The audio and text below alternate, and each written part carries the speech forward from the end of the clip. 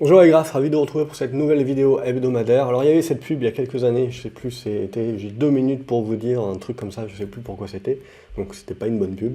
Euh, mais en gros c'est ça, moi j'ai un petit peu 20 minutes pour vous dire parce que je suis un peu pris par le temps et je veux quand même faire la vidéo et après ça risque d'être un petit peu serré. Donc on va essayer d'aller à l'essentiel. L'essentiel c'est que l'économie va très bien. La récession, on en reparlera un jour peut-être. Alors après, il faut bien différencier les États-Unis de l'Europe. L'inflation va très bien aussi. Là aussi, il faut bien différencier puisque on a une légère stagnation en Allemagne, aux US ça va encore, mais l'idée voilà, ça va être ça, ça fait son chemin, ça sera cet été pour dégrossir un petit peu et peut-être que le marché à ce moment-là voilà, se redira, ah oui mais quand même voilà l'inflation maintenant, le gros de la baisse est fait et maintenant ça va être un petit peu plus dur pour baisser plus. Et donc du coup on va reparler, ah oui est-ce qu'on va réussir à arriver aux 2%, ah peut-être pas, et est-ce que l'objectif des 2% des banques centrales, il faut vraiment le conserver parce que peut-être qu'on rentre dans une nouvelle décennie où c'est pas 2% mais 3% l'objectif qui est acceptable, voilà, blablabla. Bla, bla, bla. Donc voilà, ça sera le truc qui nous occupera certainement ces prochains mois, on va y avoir droit. Euh, et après, on aura droit à nouveau à, ok, la récession, c'est peut-être pas pour tout de suite, mais c'est pour plus tard. Et puis, les banques centrales vont continuer de monter les taux, c'est ce qui est dit, mais en gros, le marché qui joue en mode tu bluffes, et même si tu bluffes pas, ok, tu vas monter de 0,25, de 0,5, mais voilà, on a joué pleinement et anticipé pleinement que le gros était passé, et que maintenant, on va plus vers une stagnation de ces taux. Et après, évidemment, les banques centrales joueront le bouc émissaire, tout le monde aura oublié que jusqu'à maintenant, euh, c'est quand même sans faute, hein, c'est très bien lissé, hein, ça a été, la transition est très bien lissée. Maintenant, évidemment, tout le monde leur tapera dessus plus tard pour expliquer que voilà, ils ont maintenu les taux de manière trop élevée, et donc c'était sûr que ça allait finir par nous revenir dessus, patati patata, et maintenant on va payer une récession plus forte que prévu. Mais c'est même pas sûr, c'est même pas sûr. Vous avez vu, de toute façon, le marché depuis le début de l'année, il a anticipé, et preuve, hein, preuve encore à l'appui, le marché a raison à ce stade-là. Donc évidemment, peut-être qu'il revalorisera ensuite quand il y aura des nouveaux éléments, mais à ce stade, c'est pas le cas. Quand on regarde les 10 ans américains, vous voyez que ce qui est très intéressant, les valeurs technologiques sont en train de monter à la lune, mais les taux se renforcent, ce qui est un petit peu contradictoire. Mais en fait, en gros, il faut bien voir que le marché obligataire se dit, ouais, il y a encore peut-être encore des hausses de taux, donc je ne fais pas mon rallye encore en mode j'achète toutes les obligations qui sont sorties là parce que ça va être, comme les taux vont baisser plus tard, ça va être ces obligations-là qui vont voir leur prix augmenter lorsque les taux baisseront. Donc j'attends encore un petit peu parce que j'ai peut-être encore à gratter, peut-être un 0,25 quelque part.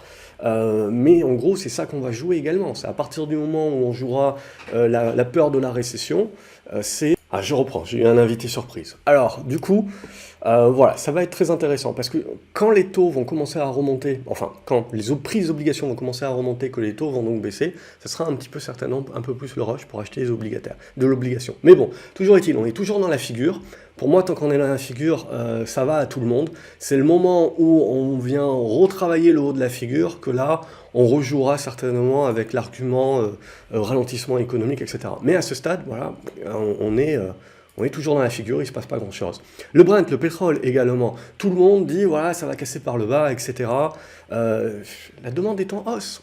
Je ne sais pas, vous avez toujours ce déficit d'offres, et la demande est toujours très forte. Et ouais, c'est pas demain la veille, je veux dire que ça va changer. Donc à ce stade-là, on est toujours dans le biseau, on casse pas par le haut, on casse pas par le bas, donc on est toujours très neutre, on est toujours en attente, mais là aussi on arrive vers l'été et on sent qu'on arrive au bout. Donc sur les taux, sur le pétrole, on voit qu'on va en savoir beaucoup plus bientôt. Et ça va permettre de nombreux arbitrages. Parce que sur l'euro-dollar également, si j'arrive à retrouver mes petits, sur l'euro-dollar également, on arrive là aussi à travailler le bout de la figure. Donc là aussi cet été, on en saura plus. Est-ce qu'on joue la baisse du dollar et donc la surperformance actuelle, qui est déjà le cas, mais on pousserait un petit peu plus sur l'Europe, sur les émergents, etc. Ou on joue à ce moment-là la force du dollar avec une cassure par le bas, et auquel cas là, on aurait vraiment des stats ou des nouvelles news qui nous feraient vraiment peur sur l'économie. À ce stade, pour l'instant, on est en mode tout est beau, tout est gentil, et donc on a énormément de flux, énormément de pognon. N'oubliez pas que les banques centrales ont monté les taux, mais ils n'ont jamais suffisamment monté pour vraiment créer un choc. Et donc c'est pour ça que l'inflation a mis tant de temps aussi à descendre, et c'est pour ça que certainement elle ne descendra pas aussi fort et aussi vite dorénavant sur le reste, jusqu'à l'objectif des 2%. Il faut même s'attendre certainement à du rebond. Bon, ça, je l'ai déjà dit, mais en gros, c'est ce qui va nous attendre peut-être sur la seconde partie de l'année. Donc du coup, on est en flux qui rentre, après il y a le FOMO, etc. Donc on est dans des éléments, si vous voulez, où il faut bien distinguer la macro, le fonda, etc. et le côté flux en cours qui rentre, etc. en mode bête et méchant et marché concentré. Et donc on est en exponentiel sur un indice comme le Nasdaq par exemple, qui est venu consolider sur la moyenne mobile 20, paf, et qui repart. Et là aujourd'hui, on fait une petite mèche haute, mais il faut pas, pour l'instant il ne faut pas trop en tirer rigueur, mais voilà, on est en train de travailler globalement cette zone des 15 200 points pour arrondir. On le voit. Alors ce qui est très intéressant, c'est qu'on avait traversé un petit peu facilement. Là, on voit qu'on bloque un petit peu plus, donc il faudra voir. Mais globalement parlant, tant qu'on ne va pas passer en dessous de ces 14 700, 14 600, il n'y a pas de quoi voir une reprise de souffle vraiment forte, ou en tout cas une phase un petit peu plus longue où on commence à zigzaguer. On reste dans du courant acheteur. Le seul truc, c'est que plus on monte et plus on a les GAFAM, et Apple, ça y est, 3000 milliards, qui sont un petit peu au firmament, et on se dit à un moment donné ça va coincer, hein. Et vous avez, en 5 valeurs vous avez 50% de la capitalisation du Nasdaq, donc le risque, si vous voulez, c'est pas vraiment la baisse, c'est qu'à un moment donné on risque de se retrouver avec de la volatilité, et ça risque de faire drôle à certains qui étaient plus habitués. Donc évidemment, la question du dollar, ça sera très important pour l'or, mais surtout la question de la récession. Parce qu'en gros, là, comme la récession est repoussée, etc., on voit tout de suite sur l'or que on a beaucoup moins peur. Donc ce qui sera très intéressant, justement, c'est que utiliser l'or, normalement c'est pour utiliser l'or sur les taux, sur l'or, sur les endettements, etc., mais c'est surtout un facteur de crainte, et notamment sur la récession. Donc pour moi, je vais l'utiliser comme indicateur, c'est-à-dire que si seulement si on repasse au-dessus des 2000 $, vous verrez très certainement que le marché rejouera à se faire peur sur un aspect ralentissement économique. Et potentiellement, à ce moment-là, on se dira plus chouette, les taux vont arrêter de monter, mais on se dira les taux sont trop élevés. Et justement, le caractère qui est très intéressant, c'est que maintenant que l'inflation est descendue au niveau des taux, c'est maintenant que ça commence vraiment à devenir restrictif. Jusqu'à présent, on était encore en taux réel négatif, maintenant on passe en taux réel positif, et donc ça change un petit peu la donne. Mais comme c'est des taux réels positifs, mais un petit peu, et que vous avez toujours énormément d'argent, etc., donc on a lissé le problème, c'est normal que, si vous voulez, ça ne se fait pas du jour au lendemain. Donc ça aussi, voilà, on regardera. L'argent, c'est la même chose, je passe rapidement, et donc notre ami de CAC 40 qui a repris de la performance ces derniers jours, et on voit donc, la question c'est maintenant la rotation. Et donc on voit cette première partie d'année, on a joué très valeur croissance et compagnie, on a eu des petits rebuts un petit peu, où on est revenu chercher des valeurs défensives, etc. Et là maintenant, ça va être la bonne question, ça va être de dire, est-ce que justement on peut prolonger et on peut aller chercher, sécuriser, est-ce que les gérants vont sécuriser une partie de leurs gains et aller beaucoup plus chercher des valeurs défensives? On le voit, on a les télécoms, on a des valeurs cycliques de consommateurs, etc. On a tout ce qui est énergie, etc. aussi, qui recommence un petit peu à performer. Alors ça s'est fait en 2 temps, mais là le deuxième temps est très intéressant, je trouve. Donc on a ces rotations sectorielles qui petit à petit sont en train de s'activer, et ça va être très important de voir justement quand les valeurs de croissance commenceront réellement à corriger. Est-ce que tout le marché sera impacté, ou est-ce que justement on verra la surperformance sur cette rotation se mettre en place? Et si tel est le cas, là clairement ça voudra dire qu'il faut vraiment jouer le marché en 2 phases, et pas juste en mode on achète et puis quand ça se commence à corriger, il faut tout vendre, etc. Non, je pense pas qu'on sera dans ce type de marché-là. En tout cas, pour le CAC 40, c'est très positif. On a tenu le support, on est venu chercher la résistance, donc on valide le triangle symétrique qui était l'hypothèse de travail. Donc on verra ensuite lundi si on arrive à casser tout de suite, ou si il faut qu'on zigzague encore un peu. Mais en tout cas, on est au-dessus de la médiane que je vais positionner à 7250, 7270. Tant qu'on est au-dessus de cette médiane-là, on va le tenter, on va jouer le côté rotation. Si on repasse en dessous, on redevient un petit peu prudent et on continuera le zigzag, entre guillemets. genre une phase de transition. Si je regarde, juste pour terminer, le S&P, on a la même chose que le Nasdaq, sauf que là, on est déjà monté un petit peu plus haut que le précédent sommet. Mais en gros, voilà, on y est. Donc là, c'est toujours positif, rien à dire. On a le gap. Donc on le refermera, on le refermera pas.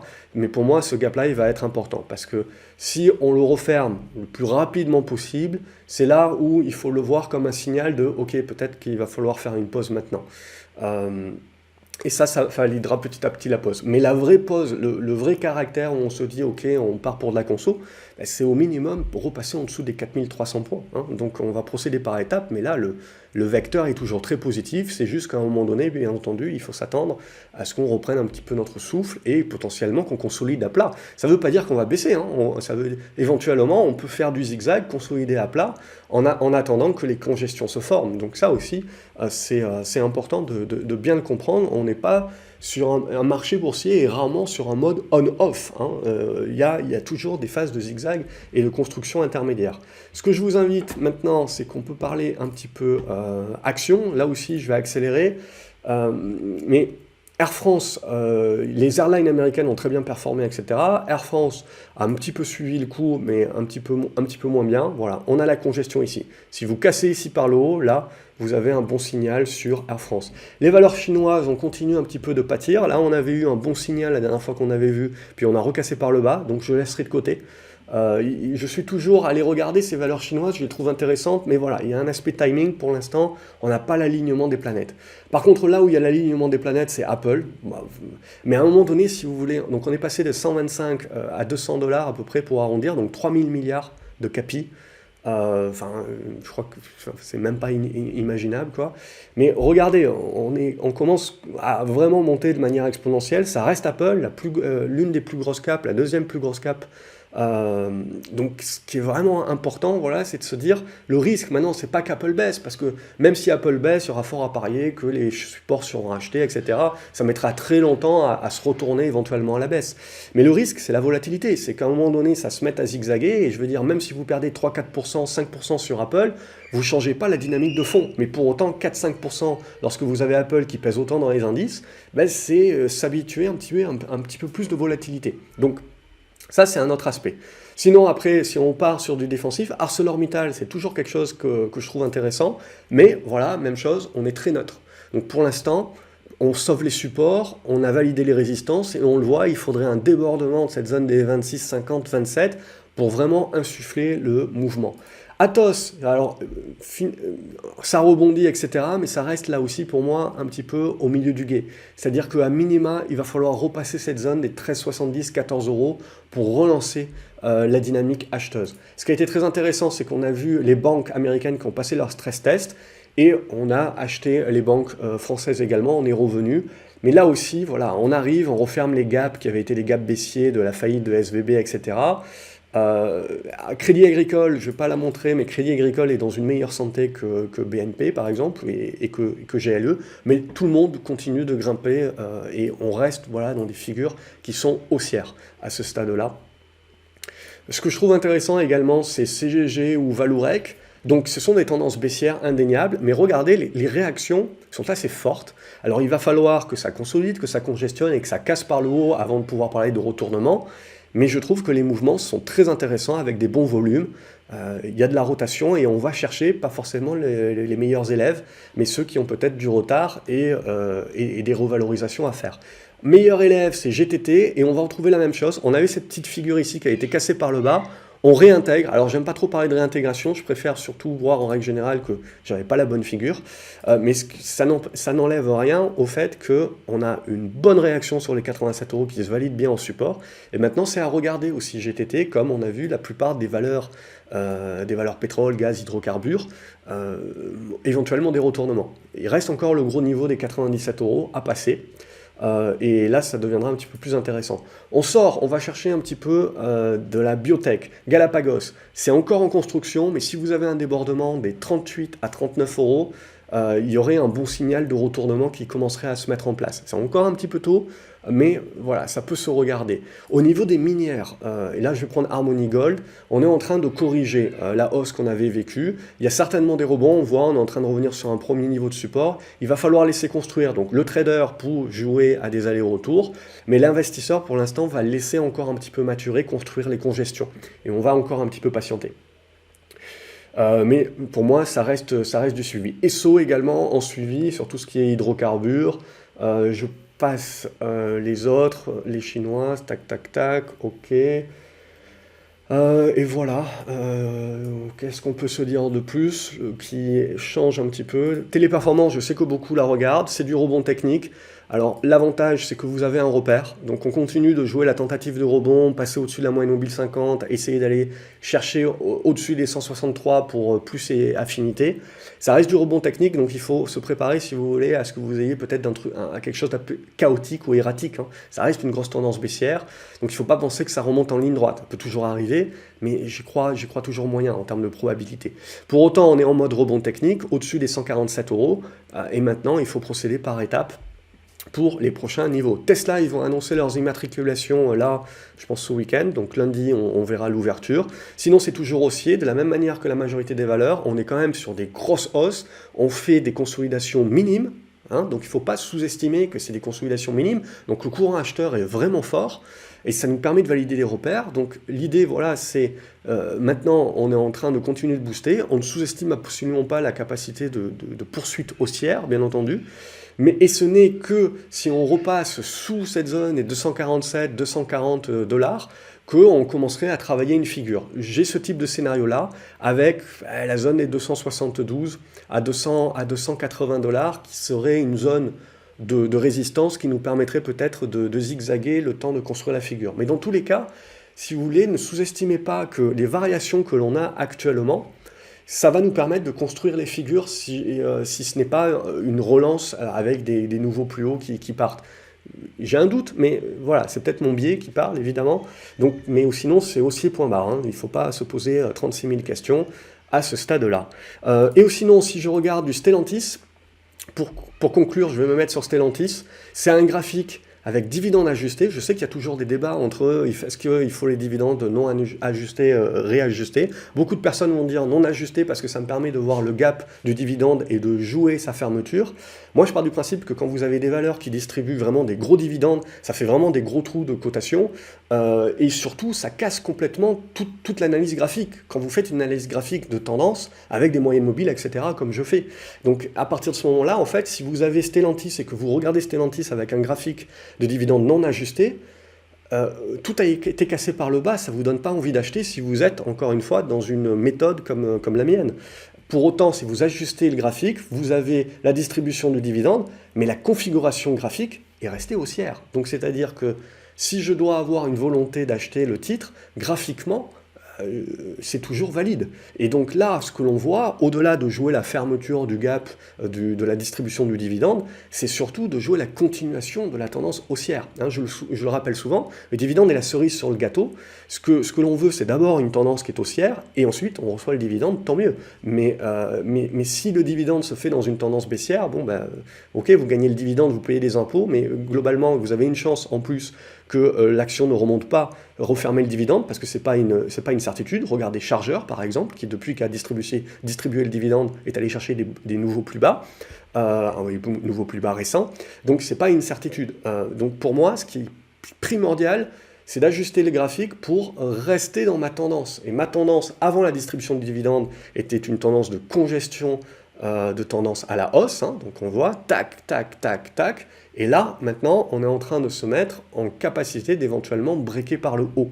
Donc ça, c'est très intéressant parce que l'on voit des configurations qui commencent à devenir très intéressantes pour du moyen terme, de plus en plus sur des valeurs cycliques, certes, mais value, donc sous-valorisées. Donc ça, voilà, c'est ce qui va m'intéresser pour voir si le marché commence à se dire cet été, je commence à jouer la rotation ou pas. Ça ne veut pas dire qu'il va y aller d'un coup, mais c'est ça qui est intéressant. Surtout que la récession est repoussée à plus tard, donc on enlève un nuage supplémentaire. Oui, on aura certainement droit à la récession.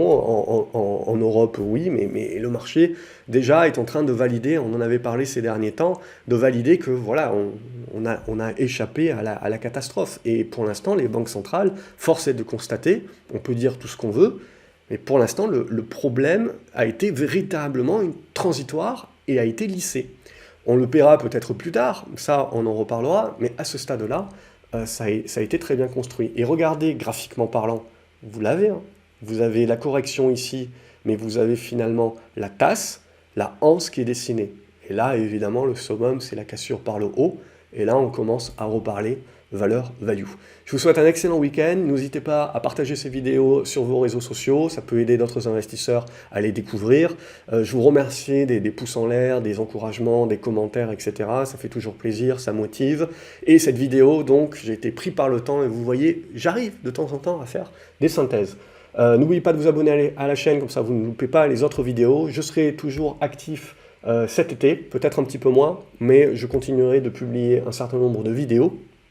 Et parce que je pense que le marché, même si éventuellement il fait de la construction, etc., c'est toujours intéressant à observer parce que ça peut nous donner, comme je vous en ai parlé, des tendances à privilégier pour ces prochains mois. Excellent week-end une nouvelle fois les graphes, salut!